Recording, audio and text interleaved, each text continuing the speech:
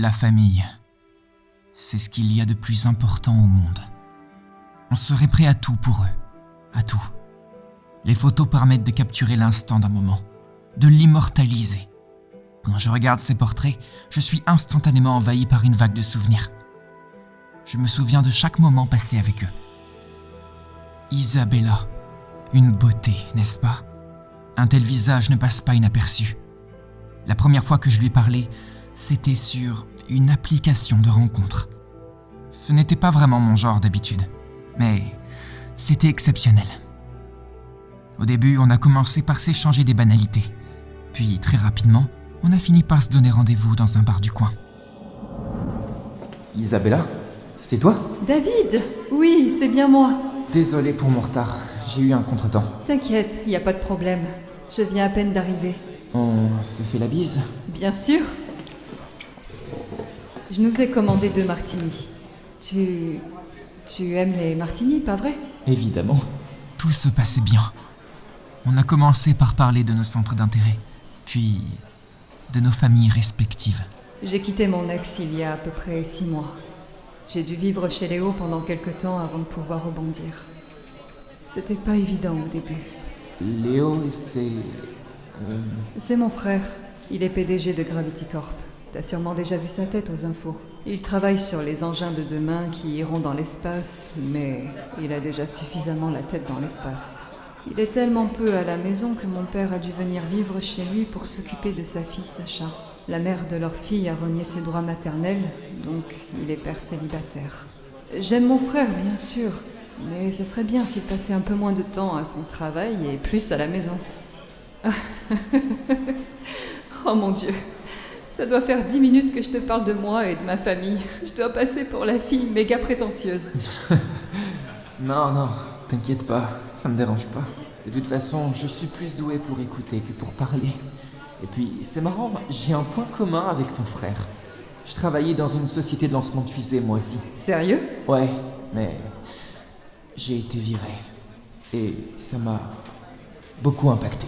Oh mince, je suis désolée. Mais si ça te dit, je pourrais te présenter à mon frère. Son entreprise recrute en ce moment. Ça te dirait pas qu'on parle de ça un peu plus tard? J'ai pas trop la tête à ça pour l'instant. Désolée, je voulais pas ruiner l'ambiance. T'inquiète. Est-ce que tu veux qu'on aille chez moi? Chez toi, chez ton frère Léo? Non, j'ai mon propre appart depuis 2 semaines. On sera que tous les 2. Comment refuser? Je n'oublierai jamais cette soirée. C'était la première fois que je faisais ça. Phil et Sacha, le père et la nièce d'Isabella. Je me suis présenté à eux 1 semaine plus tard. À cause de moi, Isabella était injoignable. J'étais déterminé à tout leur dire, à leur expliquer qui j'étais. Sacha, ne t'éloigne pas trop. Oui, papy. Bonjour Phil. Bonjour, on se connaît? Vous ne me connaissez pas, mais moi je vous connais grâce à Isabella. Laissez-moi deviner, vous êtes son nouveau larbin? Elle vous a amadoué pour que vous nous serviez de taxi? Elle est bien comme son frère, celle-là. Elle use puis elle jette. Sacha aura terminé de jouer dans une demi-heure. Revenez nous chercher d'ici là. Quoi? C'est pas Isabella qui s'est fait quitter? Laissez tomber, c'est pas à moi de vous raconter sa vie. Je sais pas pour qui vous me prenez, mais vous vous trompez. Je ne suis pas le larbin d'Isabella. J'ai sa main maintenant. À vrai dire, je l'ai toute entière. Quel romantique. Ça vous tuera, mon vieux. J'aimerais pouvoir dire que votre sarcasme vous tuera, mais ça serait mentir. Mon petit gars, j'ai 58 ans et j'ai passé ma vie entière à manier l'art du sarcasme. C'est pas un genou comme vous qui me fera changer. Si vous le dites, vous pouvez appeler Sacha, s'il vous plaît. Je suis venu pour quelque chose. Et plus vite ce sera fait, mieux ce sera. Sacha, viens ici. Le larbin de Tata Isa veut te jouer la sérénade. J'arrive, papy. Je n'avais jamais rencontré un homme aussi sarcastique. Finalement, il ne me restait plus qu'une seule personne à qui parler. Léo, le PDG de Gravity Corp, en personne. J'étais un peu anxieux, ce n'était pas un jour ordinaire. Mais mon stress est rapidement dissipé. Bonjour monsieur, je peux vous aider? Bonjour madame, je voudrais parler à Léo s'il vous plaît.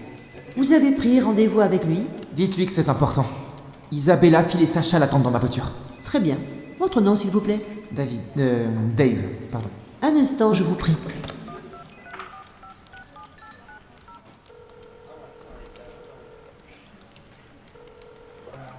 Excusez-moi de vous déranger, monsieur. Dave vous attend à l'accueil. Il dit qu'Isabella, Phil et Sacha vous attendent dans sa voiture. D'accord, très bien, monsieur. Il arrive immédiatement. Vous pouvez vous asseoir en attendant. C'est gentil, ça ira.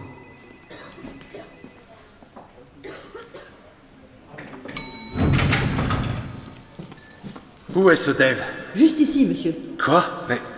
David? Salut Léo, tu vas bien depuis le temps? Mais qu'est-ce que tu fous là? Je passais juste te faire un petit coucou. T'as été viré. Ton incompétence a fait perdre des millions à la boîte. J'avais pourtant été clair. Je ne voulais plus jamais revoir ta face d'abruti. Tu m'as viré. C'est vrai. D'ailleurs, à cause de toi, j'ai eu une énième dispute avec ma femme, qui s'est soldée par un drame. Hein? Ma femme m'a quitté. Elle a pris notre fille, puis s'en est allée sans même faire ses bagages. Qu'est-ce que tu veux que ça me foute? On vit tous nos malheurs. Ta femme ne t'aime plus, et moi ma famille ne répond plus à mes messages. Chacun sa merde. Ma femme a eu un accident. Elle et ma fille sont mortes sur le coup. Quoi? Donc je n'ai plus de famille. Comme toi. Comment ça comme moi? Tu sais, j'étais tellement énervé contre toi que je me suis dit que te tuer ne serait pas suffisant. Je voulais que tu souffres, que tu ressentes ma douleur. Alors j'ai découpé ta sœur, ton père et ta fille. Ils sont dans le coffre de ma voiture si tu veux vérifier. Non, c'est pas vrai. Tu délires complètement. Rien de tout cela ne serait arrivé si tu ne m'avais pas viré. J'ai perdu tout ce à quoi je tenais par ta faute.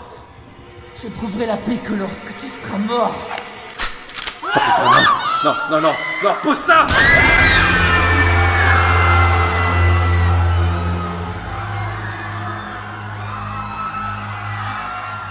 Je vous l'ai dit, pour la famille, on serait prêt à tout, même à l'impensable.